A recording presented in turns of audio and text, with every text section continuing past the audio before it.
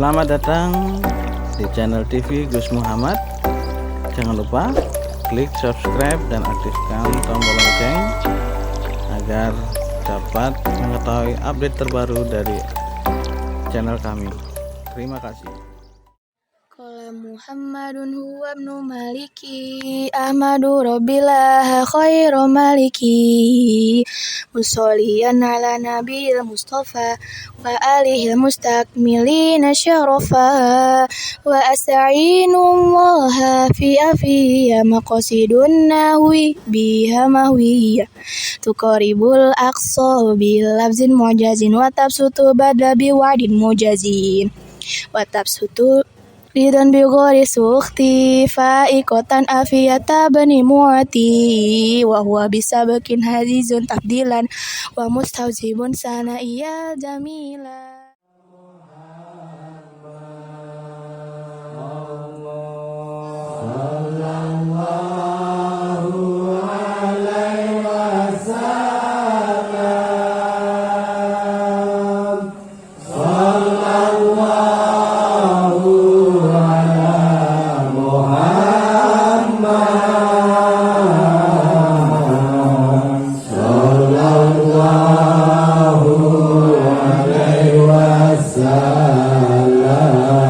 Syafa'atilah kami ya Rasulullah. Sallallahu ala Muhammad. Syafa'atilah kami ya Rasulullah. Sallallahu alaihi wasallam. Sallallahu ala Muhammad. Sallallahu alaihi wasallam. Sallallahu ala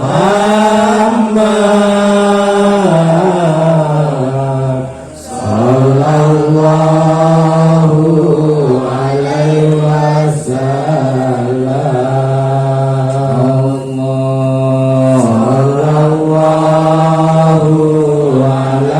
Sallallahu alaihi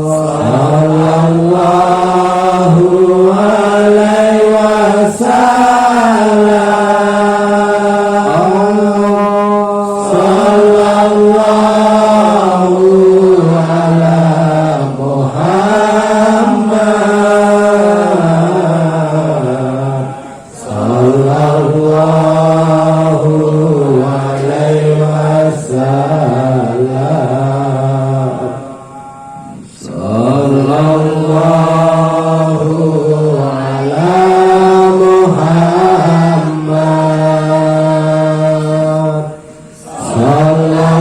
Muhammad.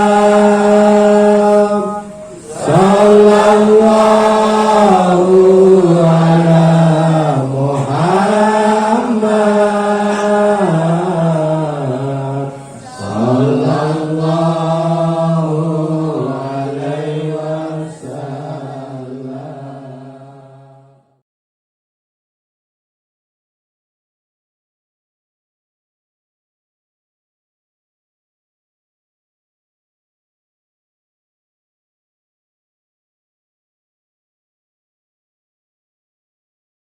Muhammad. Sallallahu alaihi wasallam.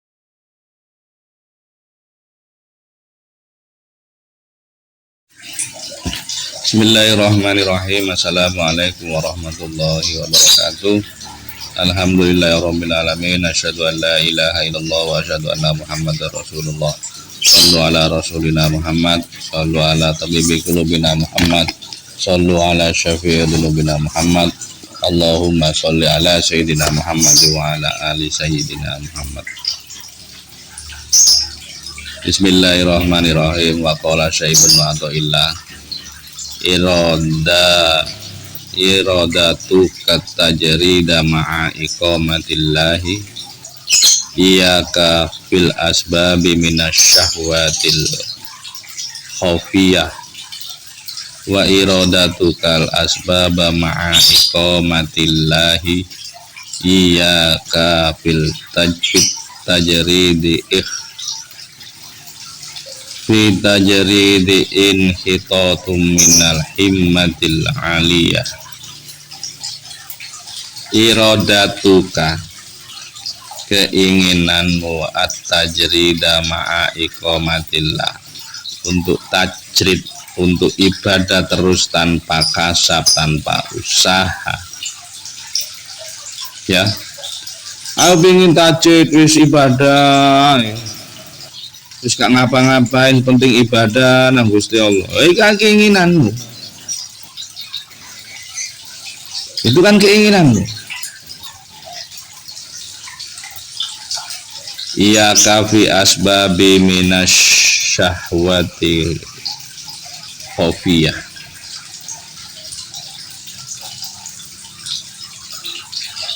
Padahal Allah menempatkan engkau pada golongan orang-orang yang kasab untuk mendapatkan kebutuhan sehari-harimu. Minasyahwatil khofiyah, maka keinginan itu termasuk hawa nafsu yang samar dan halus.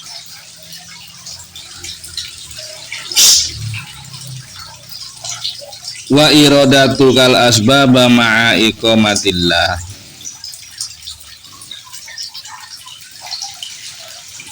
sebaliknya keinginanmu untuk berusaha kasab, padahal Allah menempatkanmu pada golongan orang yang tajrid atau tanpa kasab.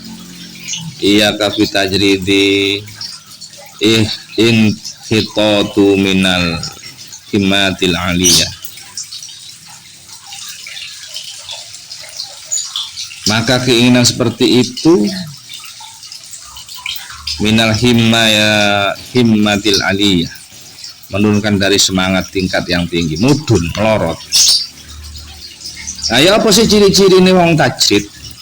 Allah menempatkan dia di makom tajrid. Bagaimana cirinya? Kamu dicukupi kebutuhan.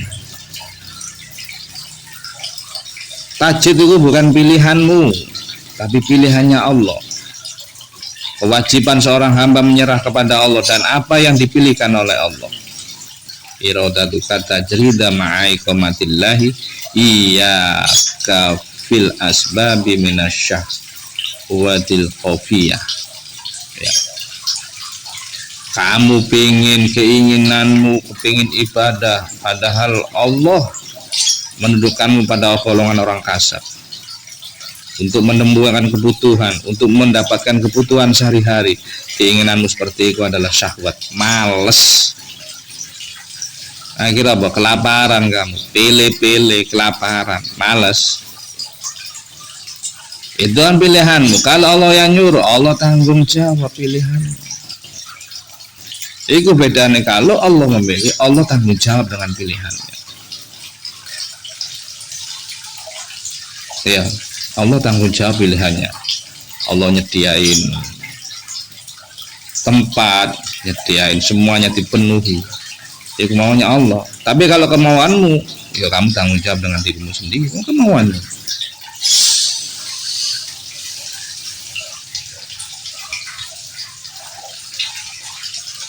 Dan tanda-tanda bahwa Allah menempatkan diri pada golongan orang kasab apabila terasa ringan, lewis awakmu enteng, ringan bagimu sehingga tidak menyebabkan tertinggalnya suatu kewajiban dalam agama, juga menyebabkan kau tidak tamak, rakus terhadap hak orang lain.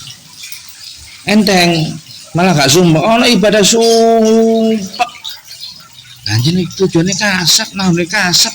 Jatahnya ke kasab, jadi bingung ini terus gimana, kalau begini terus gimana ini. Berarti aku tempatin nanggone kasab, yo ibadah, yo kerja, yo kasab.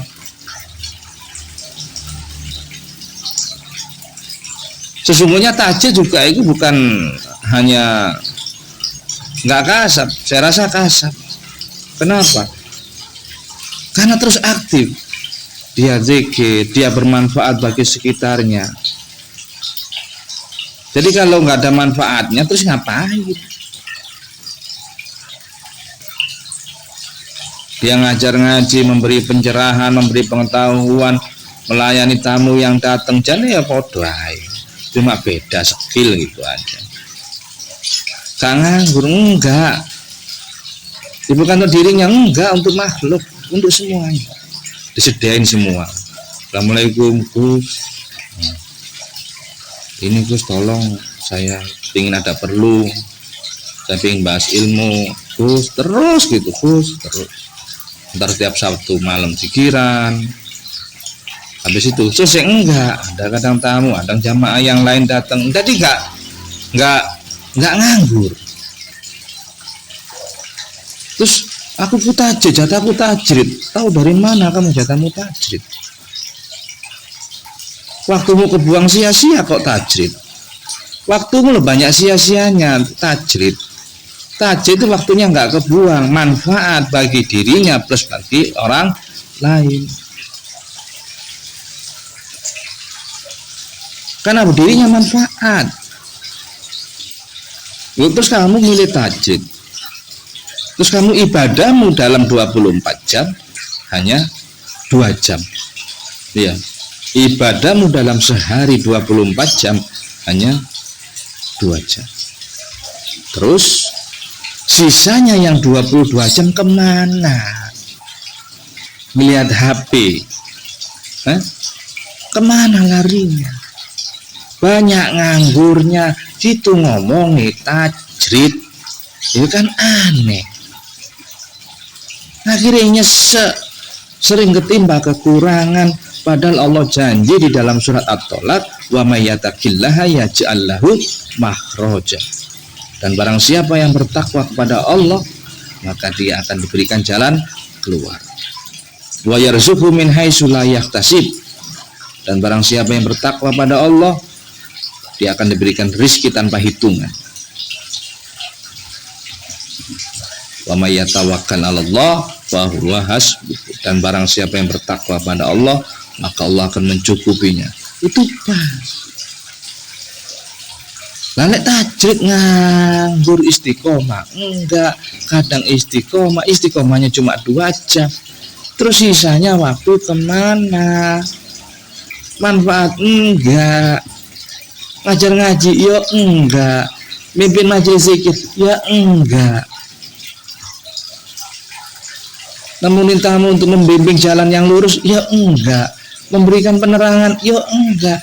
Terus tajridmu ngapain? Ngomong tok, nggak ada hikmahnya. Terus tujuannya Allah kayak naruh kamu ke tajrid ngapain? Itu maunya Allah apa maumu? Jangan-jangan itu maumu.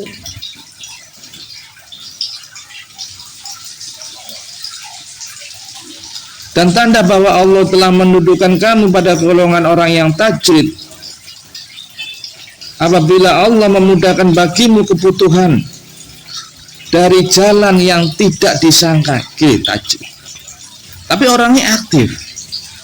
Kemudian jiwamu tetap tenang ketika terjadi kekurangan. Nah, sampai kekurangan nangis, bukan makome.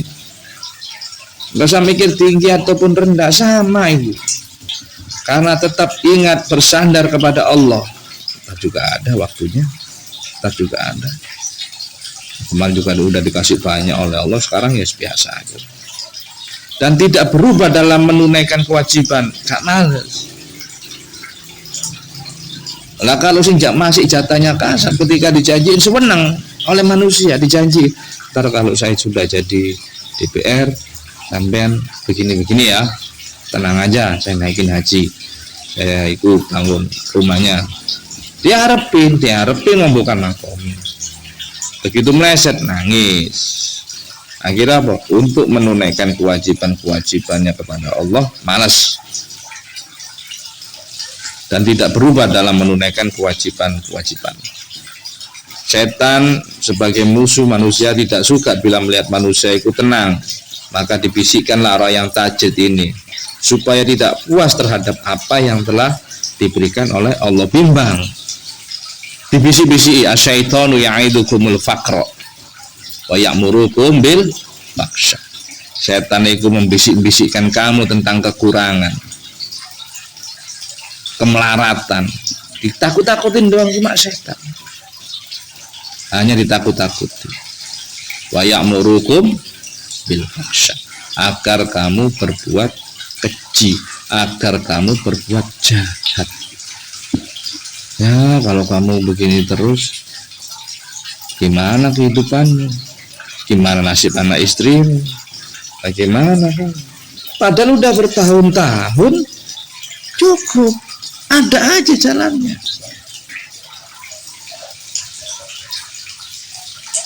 Jadi setan itu gak suka, aja dibisi-bisi supaya tidak puas terhadap apa yang diberikan Allah kepadanya dan selalu membayangkan kesenangan duniawi. Hubbud dunya ra'su kulli khati'ah. Membangkitkan sifat tamak rakus. Iya, itu aja nggak ibadah. Wah, masa saya nggak bisa? Itu nggak ibadah, mobilnya banyak, rumahnya gede. Masa saya nggak bisa? Saya bisa ini. Timbullah sifat rakus. Nggak melihat apa yang sudah ada, itu sudah cukup. Iri terhadap apa yang bukan bagiannya, sehingga apabila dia telah melepaskan apa yang ia telah tentram, tadi ini tentram ayem, begitu hati ini melihat bertahun-tahun ayem, begitu melihat keinginan duniawi, dibisik-bisiki rasa takut oleh syaitan, maka akhirnya timbullah sifat tamak hubbud dunia. Dan untuk menurutkan sifat tamak rakusnya, maka dia akan terjang semua. Sebagaimana firman Allah seperti budaya syaitan, manahakum rabbukuma'an hadhihi syajarati illa an takuna malakaini au takuna minal khalidin. Setan itu berkata, Tuhan tidak melarang kamu mendekati pohon ini, maksudnya pohon kubi, an hadhihi syajarati, tidak lain kecuali illa antakuna malakaini antakuna minal khalidin, supaya kamu tidak dapat mencapai kedudukan yang seperti malaikat, atau kamu tidak akan kekal di dalam surga. Jadi takut-takuti, percuma kan hari ini mati ada bawa, kan nggak kekal, karena kamu nggak makan buah kuldi. Illa antakuna malakaini antakuna minal khalidin, dan supaya kamu tidak menjadi malaikat, karena kaini dua orang, malakaini, dan tidak dapat kekal di dalam surga minal khalidin. Jadi dibujui, dibohongnya sama Siti, dibohong.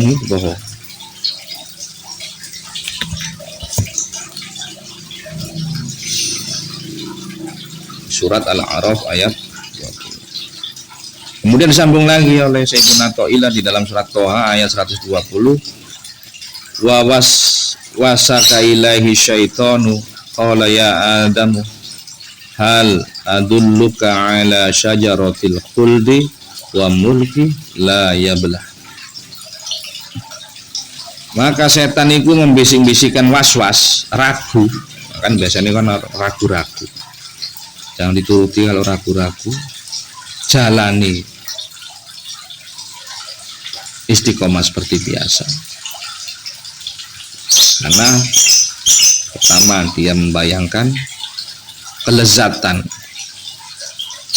Kalau saya ngerti syaitan itu sifat kiri, fa'alhamaha fujuraha wa taqwa, dan di dalam jiwa terdapat dua jalan, fujuraha kegelapan, kesialan, wa taqwaha, dan jalan terang, jalan ketakwaan. Semua jalan itu ada penuntunnya. Nah, di situ campur. Biasanya kalau fujuraha dia masuk ke lorong yang gelap, semakin gelap, semakin dia tersandung, tapi dijanjinya ini perjuangan. Semakin jauh dari Allah, masih tetap dijanjiin ini perjuangan untuk mendapatkan apa yang kau inginkan. Itu senjatanya. Balik ke ayat tadi.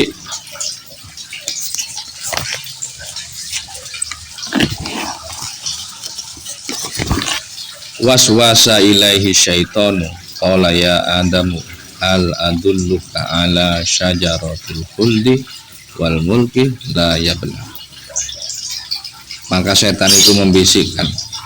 Ia berkata, ya Adamu hal adulluka ala syajaratil khuldi wa mulki la yabla.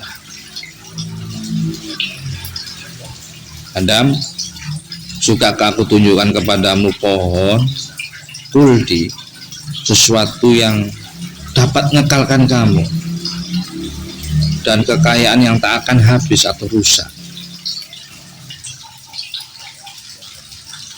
Ini ditipu. Begitu terjerat, Nabi Adam lepas. Tapi heran nih, Nabi Adam walaupun digoda dan turun ke bumi, dia tidak pernah menyalahkan iblis. Dia menyalahkan dirinya, aku sing kurang kuat. Rabbana dolamna anfusana wa illam taghfir lana wa tarhamna lanakunanna minal khasirin. Tuhan, kami telah mendolimi diri kami sendiri. Ngakunya wa idol. Pada jelas-jelas digoda. Nah kalau kita digoda, bangkrut, memang kesusahan, yang disalahkan orang lain. Mirip seperti iblis. Aku terkutuk karena Adam. Lu Adam bodoh ya enggak. Godain iblis ya enggak. Adam nipu daya iblis ya enggak. Justru malah iblis godain Adam.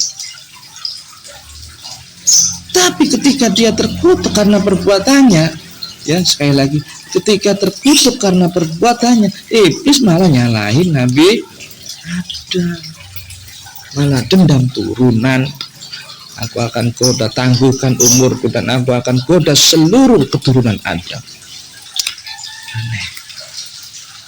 Nah, sifatmu, sifat sampean tuh mirip kayak gitu apa enggak? Yang selalu menyalahkan orang lain, yang selalu menyalahkan, ini karena tetangga saya, ini karena teman saya, ini karena guru saya, ini karena tok.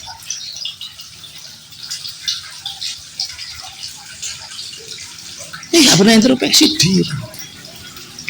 Padahal bisik-bisikan rasa ragu. Jadi gentle. Semakin kau mencari menyalahkan orang lain, semakin kau tidak menemukan jalan. Kemudian Anda seorang ahli. Berapa kali saya telah meninggalkan usaha kasar. Wah, aku jatahku tajrid ini. Terus tak tinggalkan kasar ini. Ahli ibadah.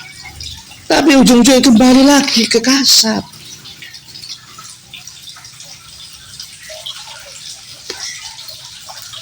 Lu memang jatahnya kasar, makanya kan ada guru. Aku iki jatahku ya mursyidku ya guruku, jatahku itu tajid opo kasar.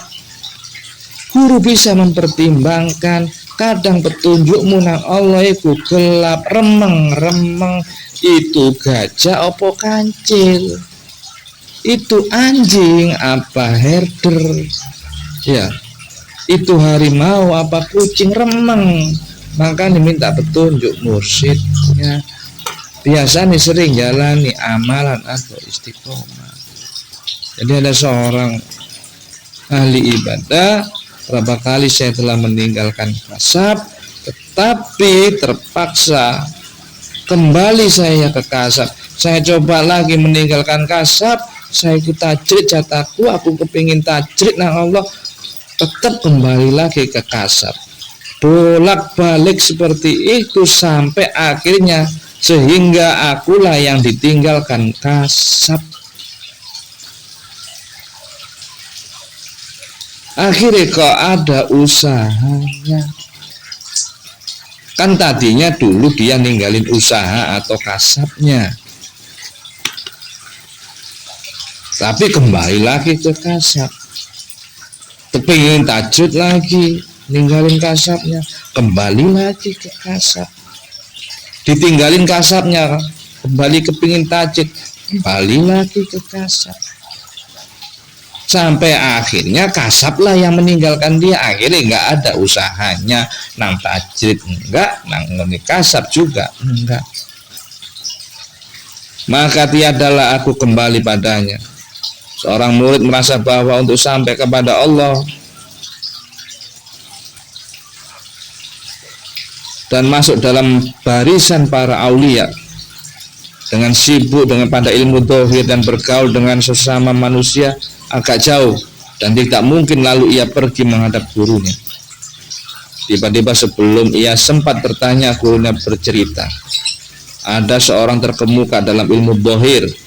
Ketika ia dapat merasakan sedikit perjalanan ini, ia datang kepadaku dan berkata, aku akan meninggalkan kebiasaanku untuk mengikuti perjalanan.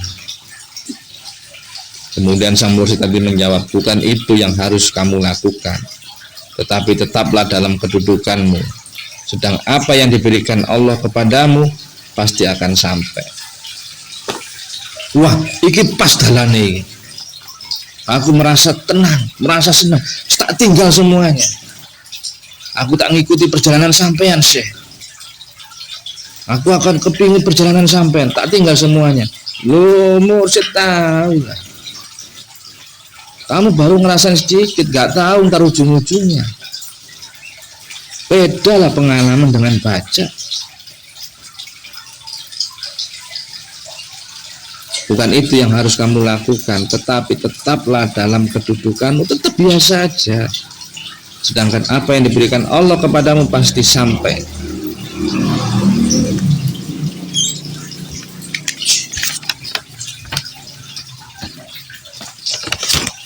Jadi Allah menempatkan kasab pada seorang hamba. Itu juga ada kamu kasab. Kan iso juga sih ngasih tahu, ngasih pemberitahu. Kenapa kamu iri, kepingin tajid? Irimu tadi gitu. Yang ngendakin kamu tajid siapa? Keinginanmu kan? Kasabmu banyak manfaatnya. Kamu minta tajid, terus ngapain kamu tajrid? Terus kebutuhan keluargamu gimana? Jadi tinggal minta sama Allah. Terus kamu ngapain? Terus kamu minta sama Allah, terus kamu ngapain? Ngajar ngaji enggak? Guru juga enggak? Jadi mursyid juga enggak? Mimpin zikir juga enggak? Iya. Mimpin wirid juga bukan. Mencari penerangan, memberi penerangan pada orang lain juga bukan. Terus kamu pengen tajrid, lucu. Terus Allah suruh nyukupi kebutuhanmu, bukan lucu.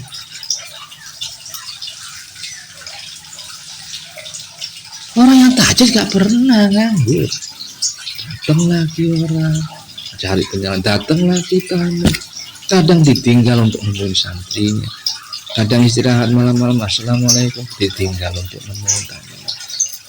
Kadang capek-capek kepingin ninggalin istiqomah zikir kalau Sabtu malam minggu, orangnya dikit, tetap mana yang nggak ada. Kadang ngajari, kadang ngajak ziarah, kadang ngajak tirakat, biar santrinya semangat, jamaahnya semangat. Terus kamu kepingin tajid, terus tajidmu model gimana? Enggak ada manfaatnya kan? Dan itu baik bagimu, ya udah kasab tempati kasab, terima dengan ikhlas lapang dada, semuanya sama, intinya satu, memberikan yang terbaik untuk Allah. Sampai kasab, coba nyukupin anak istri sampean, loh, bagus. Kerja itu ibadah. Tapi kalau masuk bermegah-megah ya beda niat, beda. Untuk nyukupi anak istri sampai ya, untuk nyukupi keluarganya itu ibadah. Siapa yang kamu pikir? Gak usah nanya, tetapin jalanmu ya, tetapin jalanmu. Yes, ini jalan saya dan ini yang saya harus tuju. Tetap berguru, tetap ngaji. Insya Allah terang ya. Wabillahi taufiq wal hidayah. Wassalamualaikum warahmatullahi wabarakatuh.